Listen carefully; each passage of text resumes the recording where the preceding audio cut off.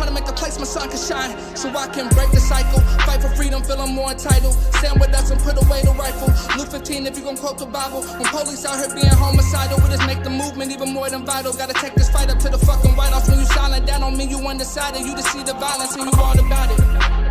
That's something we already know. They don't wanna see the raw truth. Wonder why we in a poor mood. Hands up and they still shoot. What do we do to deserve this abuse? We getting killed by them boys in the blue. Why can't we simply be treated like... Welcome to the most electrifying channel in all entertainment. It's your boy PK. Looky here, guys. This is 1v1 here with my man, my partner in crime, Sik Slayer. How you doing, brother? I'm doing well, man. How you feeling? I'm good, and thanks for coming on the show. Thanks for coming the last minute. I know things get hectic, and I just appreciate you being there. No problem, man. No problem at all. It's my pleasure.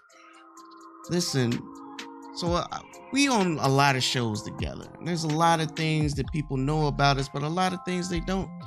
So I want to take time for people to get to know who you are, a little bit about you, a little bit about your past, and why are you a GRG dominant cast member from the get-go? What is it that attracted you to this scene in the first place? So gaming for me goes back real far, and I got my two older brothers get the most credit. Mark, who's the older one, and Carlo, who's a little younger. Back in the days, like 82, 83, Mark what was called the Commodore 64. It was much like an Apple II. It was, you know, in one of these box computers with the keyboard built in, everything. You plugged into a TV to use it. But mainly he bought it for games. This was 82, so I was like 2 or 3 years old at the time. Carlo would play it all the time, and every time he cut it on, it would put interference in the other TVs in the house, and that's how I knew he was playing games on it. And so one day I asked him if I could play games on it too. I was 3 years old, and he said, "No, I can't, because I need to know how to read to know how to use it." So within a month, I learned how to read enough to be able to be allowed to be able to play on the Commodore 64. And since then, I've fallen in love with games and computers as well. And it's led me to a point where, through a friend of Carlos, who was also a friend of mine, there was a game shop we used to frequent, and this is how I come to know Lemon on One Away Dragons TV. And about 30 years ago, I met this guy. He's a longtime friend of mine, and we had the common interest in games and stuff. So fast forward to to today, still playing games. We still hook up as friends. We we hang out, we play games, and stuff. So Lemon was always a creative type. I'm really not, but I'm very knowledgeable about the industry of games and how they work, the technology behind it and things, computers and such. So Lemon wanted to start a YouTube channel. I supported him in the technical means of putting the equipment together, and now he's off to the races, and he brings me on as his friend. He's put me on, and then one day I started getting real comfortable with being online and talking to everyone, and and that's why I'm here today. It's really nothing about being popular or well known. It's just fun. That's what's up. Hey, look, that's always cool, man, to hear somebody's origin story, right? But what are your favorite games that always was one of those classics that, man, just give you those memories that you can never let go of? Oh man, there's 3 games in my life that really, I gotta say, and they're very, very different from each other. 2 are on one platform and 1 is on another. And, you say a Turok? No, Turok? No. 2 of them are on one platform, and another game, and the third one is on a different platform. Okay, so the first game is Super Mario Brothers 3. The best one, there's that whole debate, it's close 50-50 where between that and Mario World, the successor game. And there's a lot of people, the back and forth, depending on when you grew up. And we're of similar age, and we grew up in the time when we were kids, like 10, 11, when it was released. That was the new game. So that's the game, I attacked you. I don't know about yourself. Okay, so that's one. The second game is Sonic 3, but the complete version. When you take Sonic and Knuckles and you attach it to Sonic 3, that complete game, the complete adventure, it is a platforming experience like none other for me. It just put like a big imprint on me. Like, I really enjoyed that game. I beat that every which way possible. I conquered that game. I know everything about it. And so when Sonic Mania came out, I had that day one. I got a physical copy. I never even opened, just to have the physical copy, even though the digital version had come out like months earlier. And the third game is also on the Sega Genesis. It's a game called Musha. It's a top-down space shooter game, like Gradius and R-Type, but the top-down version. Like Ikaruga and Radiant Silvergun. That's another genre of game that I love a lot, and I know a lot about the genre in general. But that game was another game that just, with the anime intro and all the graphic effects, and the cartridge size was very small, and they packed in a lot in that game. And those are 3 games. They really don't explain me or describe me at all. They really don't, because those aren't the types of games I generally play today, except for the shooters. I still dabble in those. But yeah, those, even today, if I think back over the 3 games in my life that I've enjoyed the most, is definitely those 3. No question.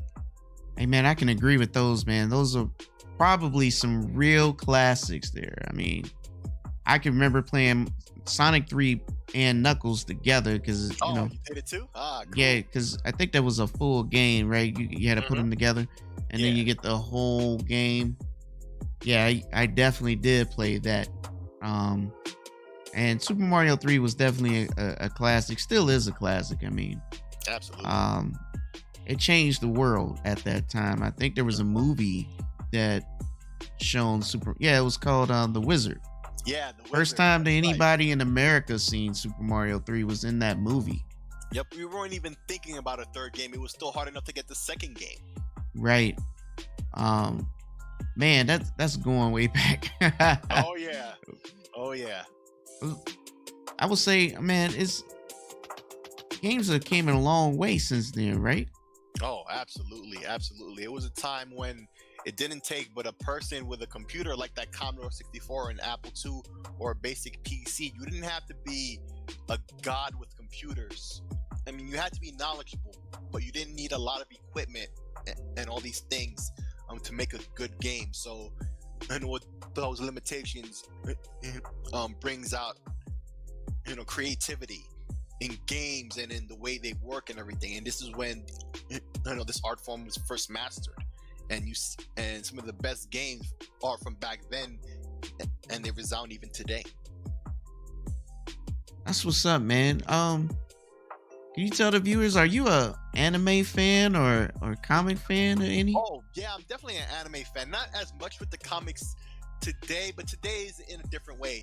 Like, I started reading comic books about 1990 when the new X-Men began. It was X-Men #1, and it had like the 4 versions of the the front and back cover, and there was a special edition where it was the complete one. And when I've got that, and I started reading comic books, mainly Marvel, a little bit of DC, up until the Onslaught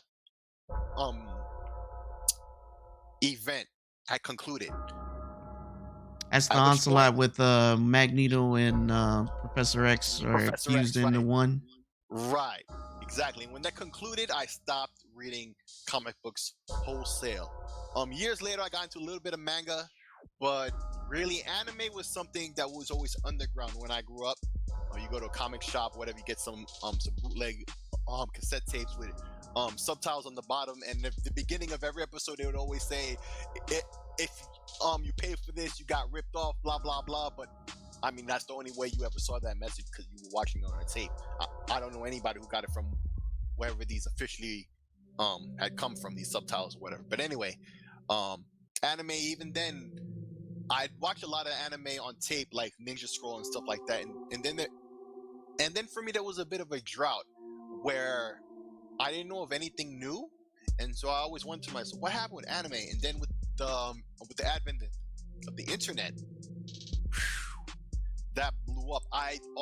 All the times I sat back and I thought to myself, what happened with anime? I found out in a big way, and I had a lot of catching up to do. And then I still enjoy anime today, but not everything. Mostly, then I still think with action, mecha. I'm a big Gundam fan, Macross, of course. But it just has to be interesting. Naruto I like. Right now I'm big into My Hero Academia. But for comics nowadays, American comics, I depend on YouTube. I like to watch a lot of YouTube videos, explaining a lot of things that's happening in comics, especially in new comics, like Comics Explained and Variant. Is another YouTube channel I watch a lot, and this is how I keep up with comics today. From time to time, I'll pick up a couple of copies of this or that, but really, it's just really off of YouTube. I follow comics, but anime is still a big thing I do now. What anime are you watching currently? Currently, this season, I was really hoping for My Hero Academia or Dragon Ball Super to come back, but they just announced that My Hero Academia is beginning in the spring. I'm a Gundam fan, but there's nothing in that realm that's got anything. There's nothing Macross related. Actually, this season is a dead season for me. There's really nothing that's up my radar. If you have any suggestions of something that's real popular, other than High School of something, okay, that was the one thing that's on my radar I was thinking about looking into. So I'm probably gonna check that out. But you didn't like Gundam Gundam Drivers? Yeah, but that's already over. I'm saying for this new season I just started. Oh, okay. Yeah, this new season. I've been checking out this anime called Is It Cool to Pick Up Girls in the Dungeon? I think I've heard the name of this. Anyways, it's a solid anime. I give that a shot.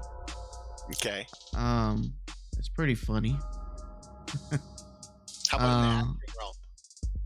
It's all right.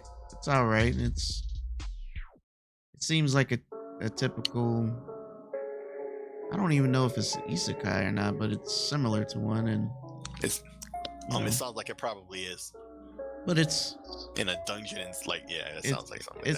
It's a solid anime. That's all. It's something worth trying. That's cool. For sure. So let me ask you. Did you check out this PlayStation reveal today? This teardown. Oh yeah, this morning. I had the same reactions as everyone. I don't want to talk negative or anything, but a lot of those things end up being negative. Excuse me.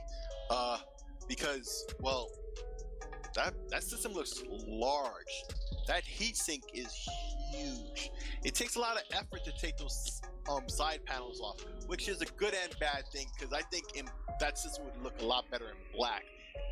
And every time I see like a rendition of like the initial reveal of the PlayStation, except in black, and in fact I've retweeted this a couple of times that that system would look great in black. So maybe they'll have replacement ones, but it looks like it's really easy to break, or it's like real tough to take off, and if you do it the wrong way you might snap it. That heatsink was humongous, but it's not a vapor chamber, but it's like a vapor chamber. Okay, why don't you just use a vapor chamber? I mean, we know the system is producing a lot of heat and it's overclocked and all of that, so why don't you just use a vapor chamber? I mean, you're trying to keep the system cool, and it requires a lot. I don't get that, but then they use the liquid metal. That's very dangerous if it leaks out, and over time will corrode the the heat sink and stuff. That does happen.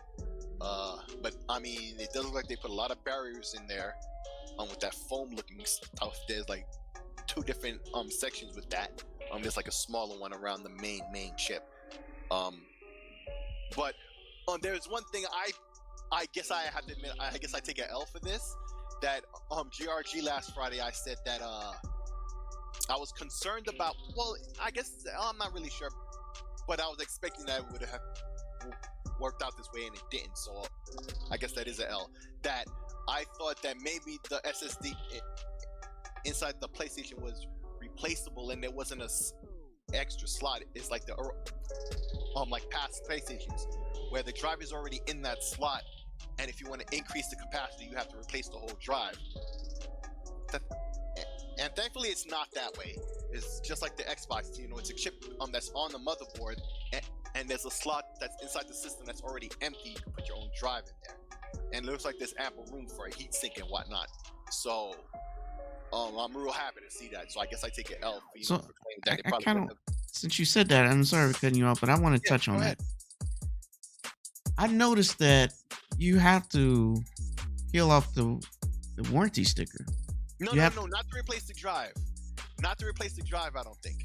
yeah, you have to I take the think shell off, right, which he take the shell off, but not that seal that he took off afterwards. Because I think he took that off after he already took out the sides and took off the panel to expose where the drive connector is. now typically when you get that far, you already voided the warranty on majority electronic devices. Right, but not the PlayStation. It's made for you to be able to open right there to get to the drive. But the part immediately after that, when he took off that sticker, once he began to take off the sticker, it was a wrap. But then he started to go into other things, like taking off the Wi-Fi chip and things of that nature. And so that, that was when he was crossing the line into just tearing down the system. I fix it out to show you everything. So I'm gonna go back and take a look, but I was almost positive that's part of what you had to go through.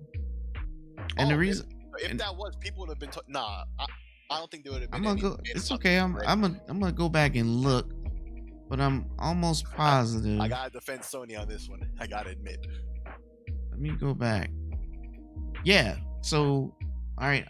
So I'm gonna check it out, but you can go ahead and finish your thought. Oh yeah, well, that's about it because it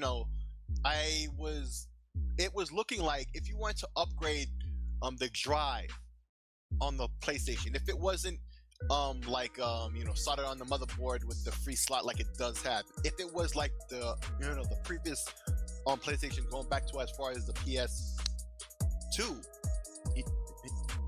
you'd have to replace the drive that was already in there to get a larger one in there, and that would have cost a lot of money. And thankfully, it's not like that. Okay, so the way it's set, it's on the other side of where the sticker is. So they didn't put a sticker on that, but it's the same deal. Right. It's on the same surface where you will peel off the sticker to get any further down. Right. And so if you take that off, that's when you're crossing the line into no man's land, and now you've done void the warranty. So it's the same. It's the same surface though. It's not like, I mean, typically when you get that far, you already broke the warranty. So they did that to show. Yeah, deliberately. Yeah. Gotcha. So anyways, that and just to talk about this expansion bay, it looks pretty. I don't see any connectors, but it looks like it's pretty thick enough to put your own heatsink in it. Yeah, it looks pretty roomy, right? But I did see the multiple screw points for the multiple sizes of drives. So, in the future, because those smaller ones are more expensive, by the way, but it supports all the sizes. I noticed all the holes there for all the sizes of those SSDs. I did see the connector right there, and I take a double take. Like, I'm looking at the picture, and at first I didn't see it, but it's right there in front of you. Right. But yeah, that bay is really roomy, so I don't think there's gonna be an issue with a heatsink. But the way they talked about it before, the wording kind of felt like there's already a heatsink that's in that area, and so hopefully the drive, with the clearance, there's the way none. they were It's talking empty. before, it kind of sounded like that, but no, it's just a spacious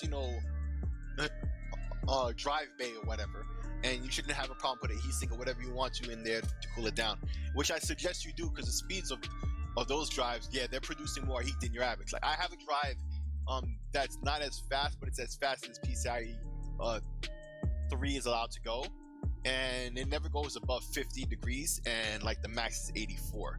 Okay, these drives are going higher to 65 and higher. I mean, that's still with it with it's safe. You know, 65 between that and 84 is like another what 19 degrees. So you're fine with that. You know, that's that load anyway. So there's lots of room in there. You can put a heat sink. It's no problem, thankfully, because you know that was a point of concern I had last week. So what do you think about the IO? So see, USB-C on the front is cool and all, and in fact, there's two connectors, unlike the Xbox only having the one. But a lot of people upset that it's not USB-C on the Xbox, and the PlayStation has it, and people are complaining about that. And it's like USB-C, yeah, that's great and all, but it's more important to have it on the end of the product. Like your cell phone should have the connector on it. Your controller should have the connector on it, but not the charger. If the charger end is the USB-A, what's the problem with that? That's not gonna hurt anything, you know. But a lot of people are making complaints. But the PlayStation does have one extra, and it's USB-C. I can't, knock it. You know, I would prefer if the Xbox had, a second one on the front next to that power button or whatever that was.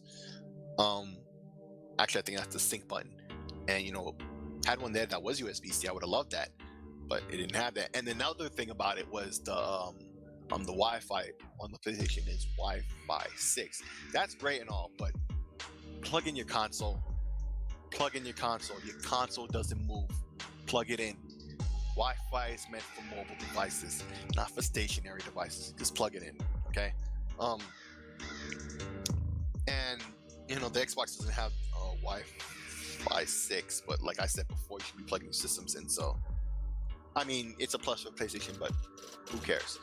But the Xbox has the expansion bay on the back. It's hot swappable. That's a big plus for Microsoft. It really is. I already have pre-ordered the drive for the Xbox.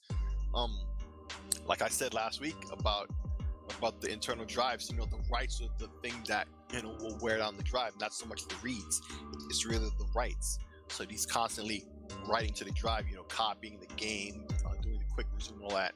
It's eating up the life of the drive. So it's good to have an external drive that could give you that same level of performance. You don't lose nothing by using a different drive, but the capacity is a cost. But it's the same thing on the PlayStation side, because 1 terabyte of a drive that would be capable, like the Sprint or the Samsung, if either one of those were compatible, performance-wise, they have everything they should. Okay, if Sony allows those drives to work, like 1 terabyte is $199. That's a lot.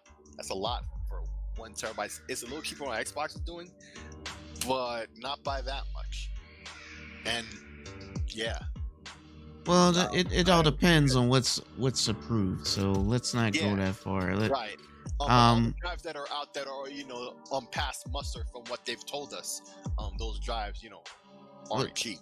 Well, we don't know what speeds it needs to be and things like that. He said it's got to have the same performance level as the one that's inside the PlayStation itself. So but we don't know the actual real metrics of that.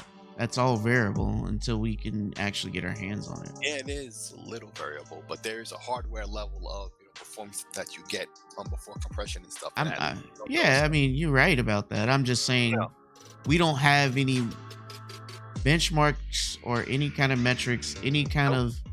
We don't have anything solid other than what has been said, and that's not. And to me, that's a little curious. And I'm not trying to crap on Sony, but it's kind of like they're not being as transparent. This teardown was also in a controlled environment, versus how Microsoft sent hundreds of Xboxes to multiple resources, YouTubers, streamers, what have you, and not one of them, not even Digital Foundry, can get a PlayStation 5. And I find that I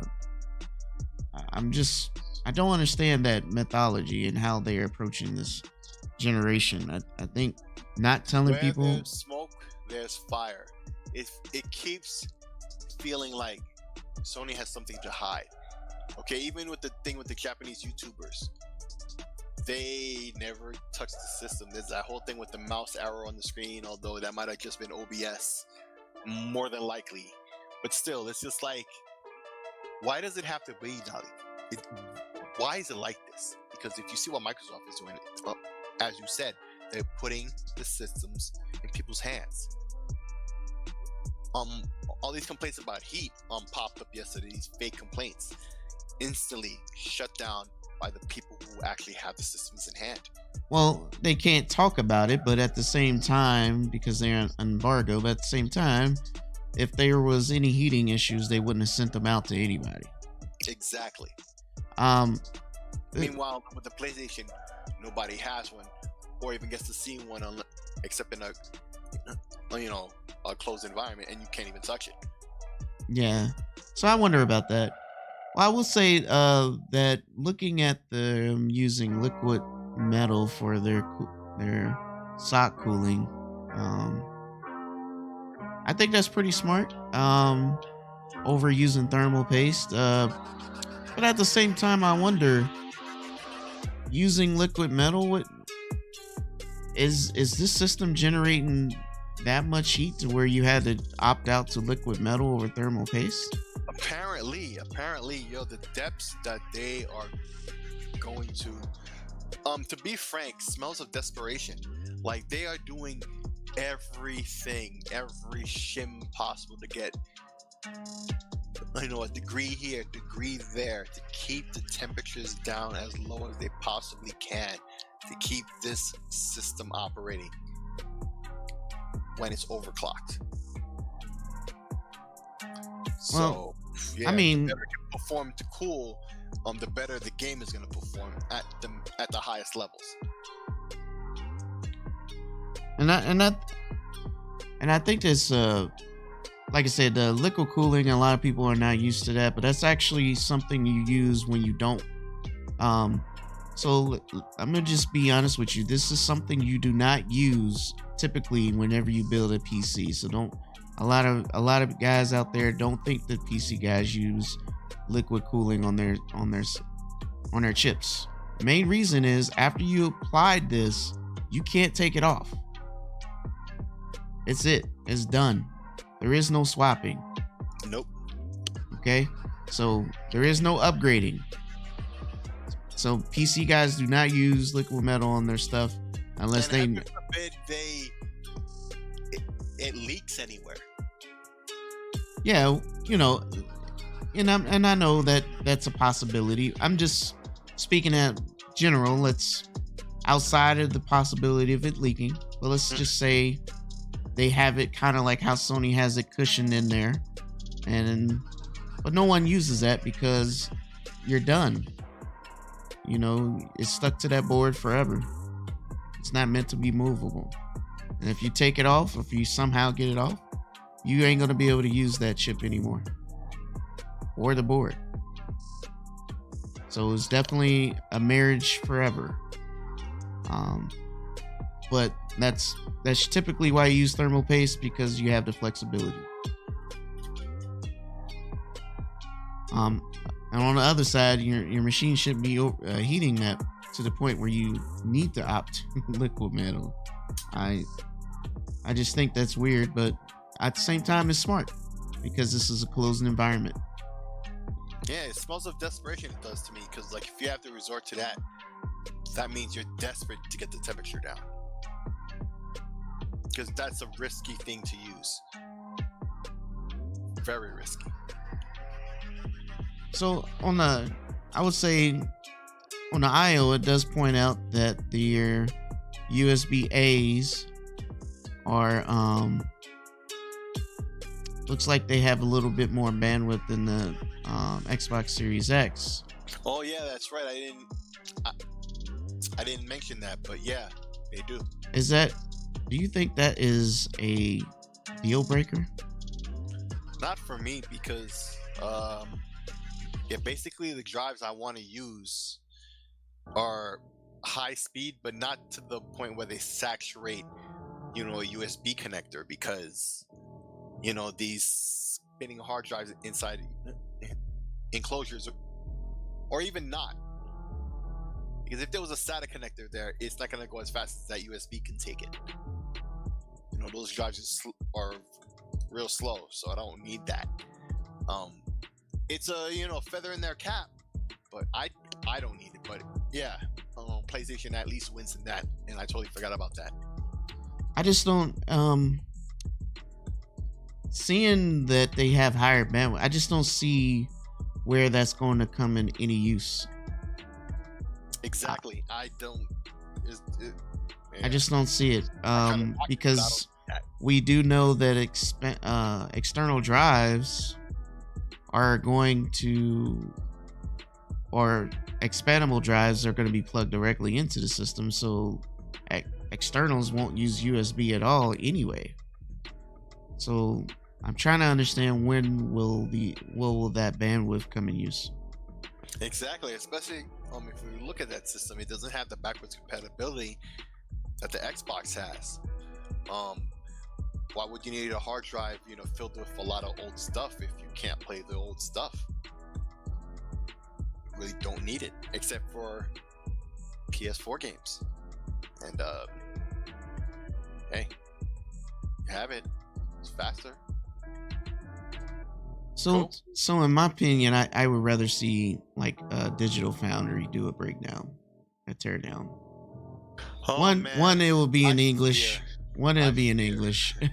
And then two, at least we'll get some metrics that are tangible. They'll run some tools on it, benchmarks, some temperature DB tools and whatnot. So you'll be able to see a lot more than. I think that Sony rues the day, they fear the day when Digital Foundry gets their hands on the system. Oh? And they tear it down. I think that's gonna be a bad day for Sony. It's gonna be a make or break moment for Sony, the PlayStation, and a lot of their fans. Not like completely where they, if the results of the video is a bad review or something.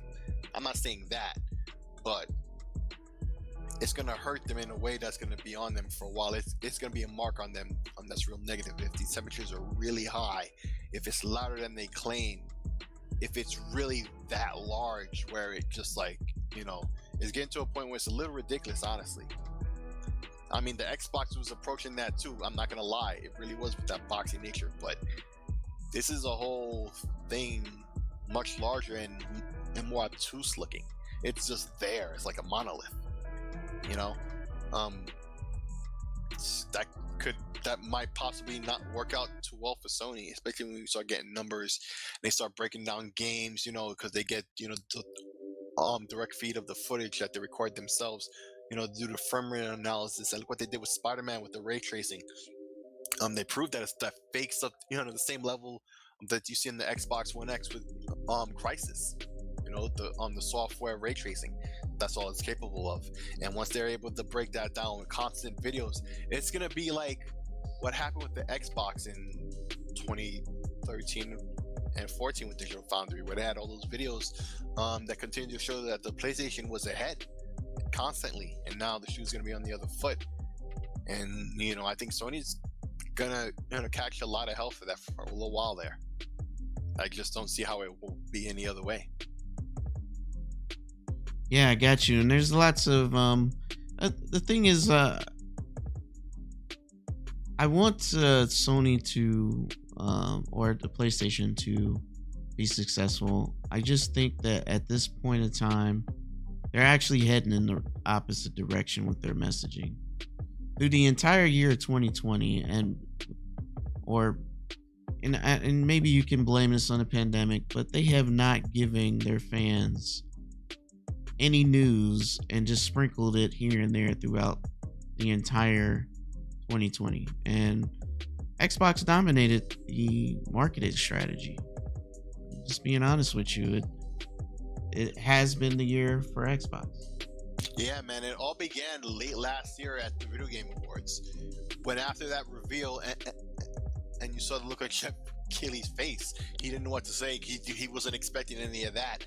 Ever since that moment, Microsoft has been on a slow rise to the point where we are now. It's been a, this has been a year for them, a marquee year.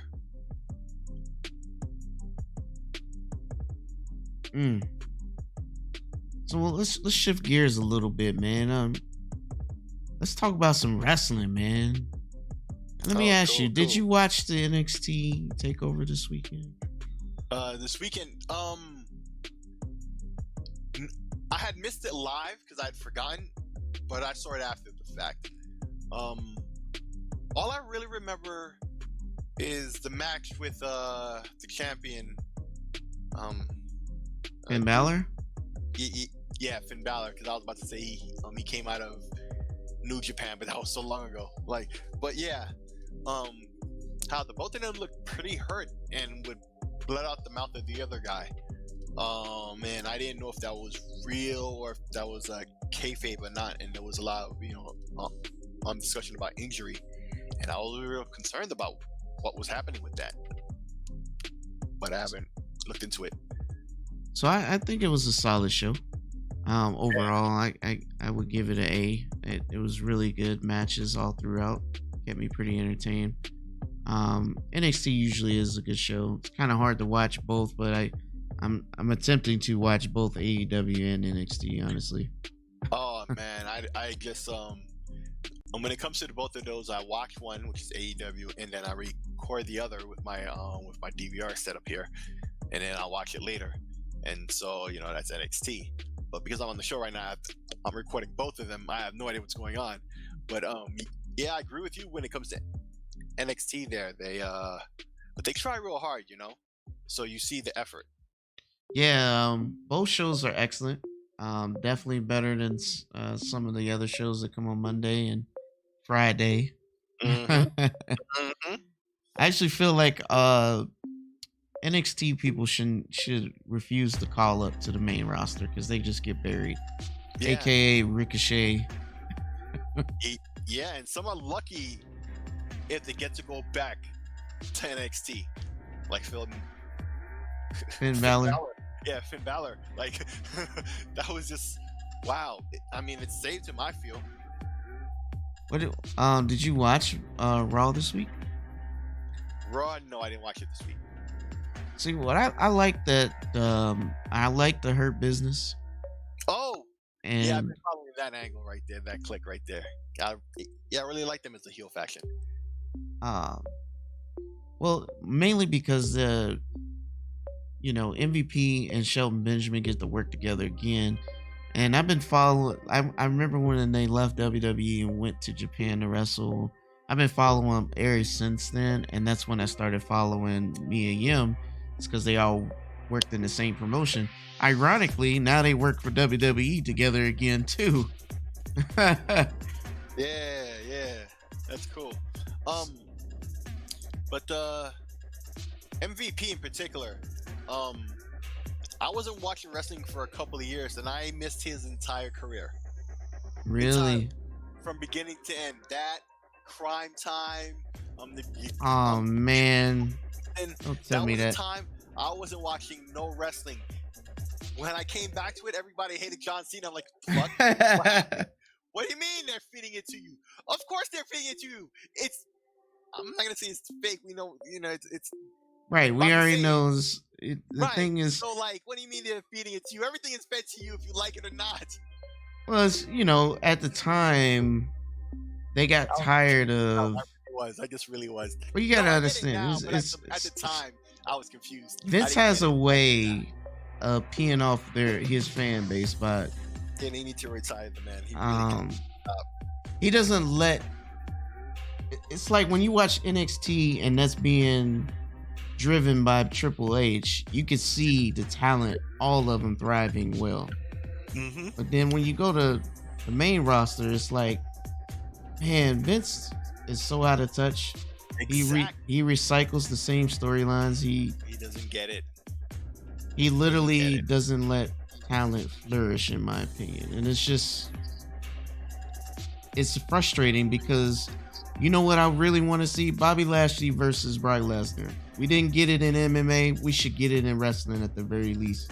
but they won't push the man. They won't put them together. Those are two behemoths that will put butts in seats. I'm telling you that now.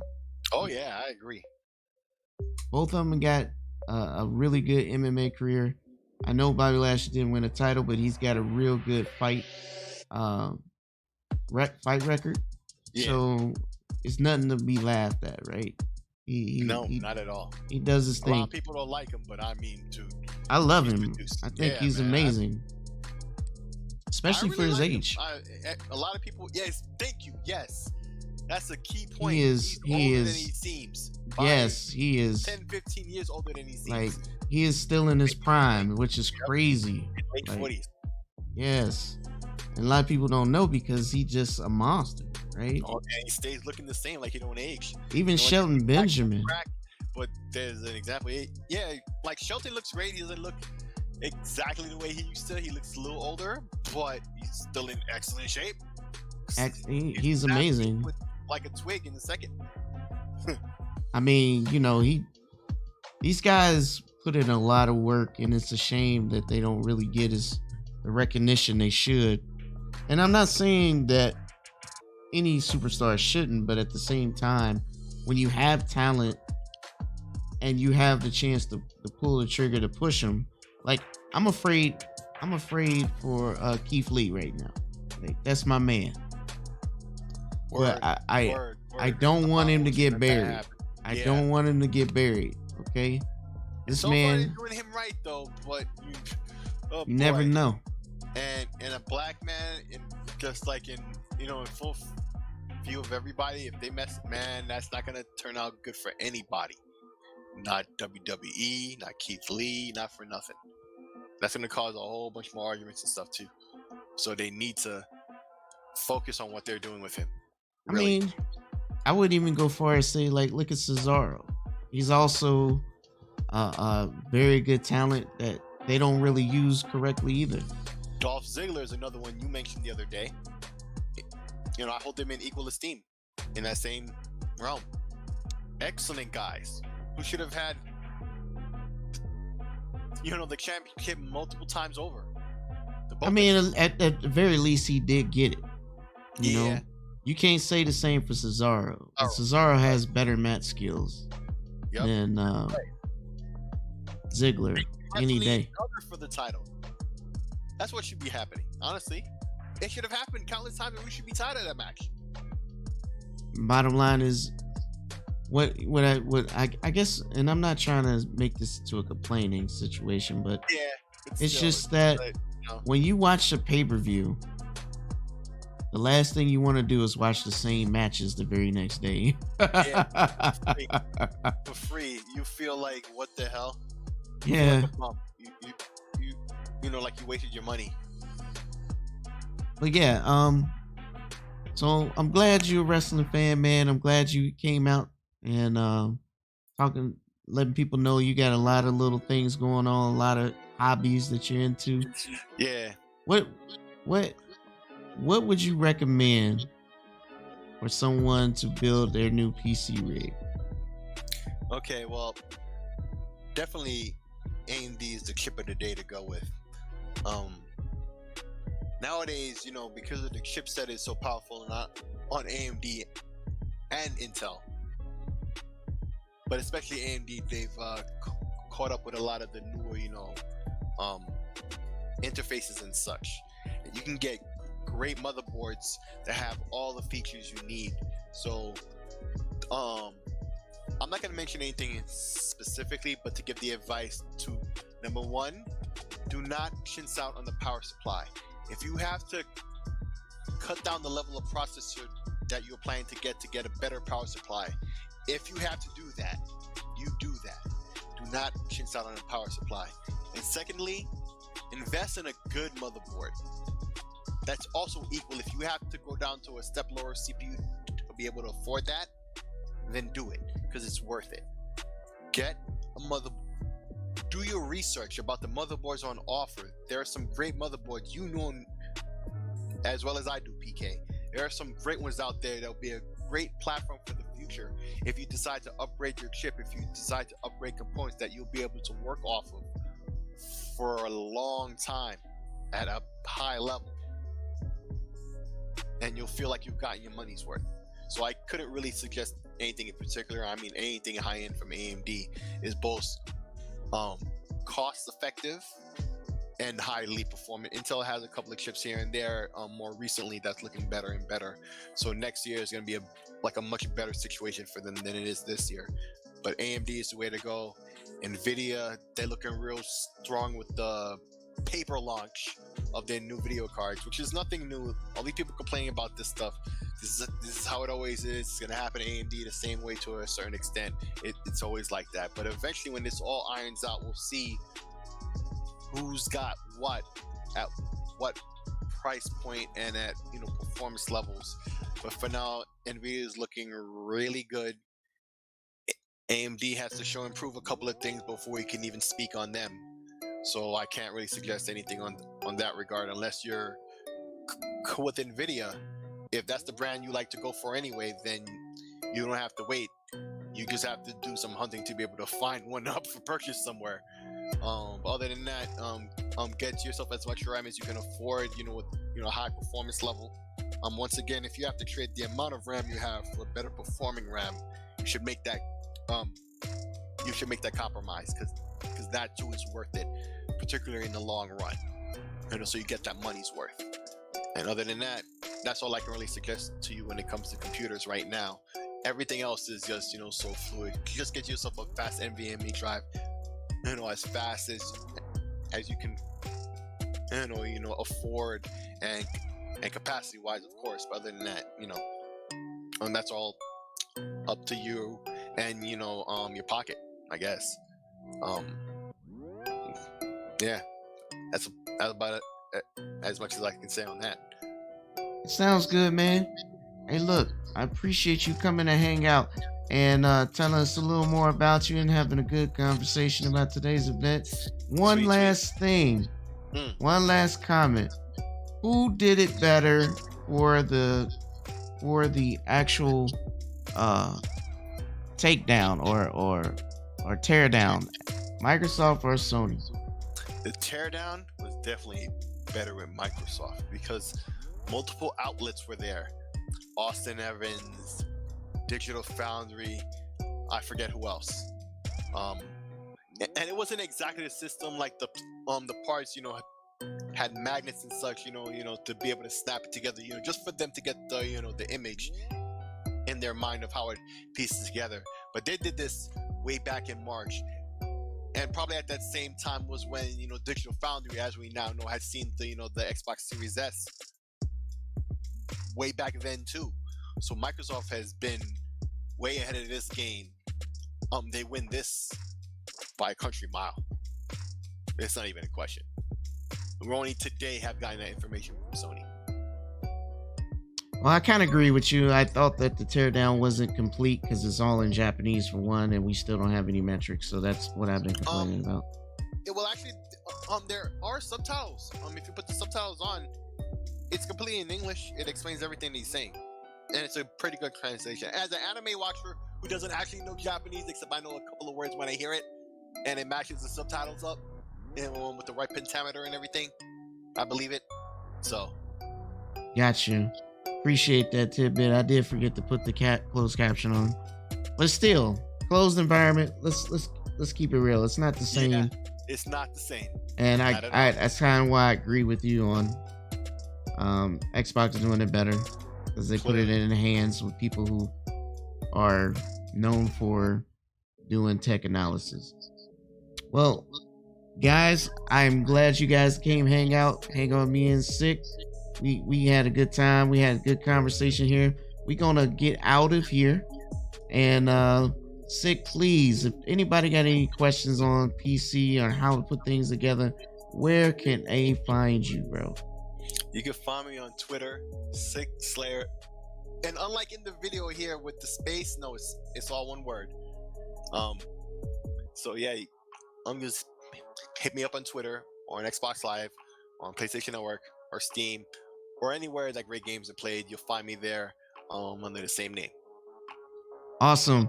And guys, you can always find me every Wednesday, hopefully, 1v1. I'm gonna have a new guest. We're gonna rock out, we're gonna talk out, and we're gonna do our thing. And you can always find me in my YouTube channel and at Twitter, PK Entertainment. And guys, don't forget you can find me and Sik every Friday at GRG at 8 Eastern. Absolutely. All right, guys, we're gonna head out and see you next time. Peace.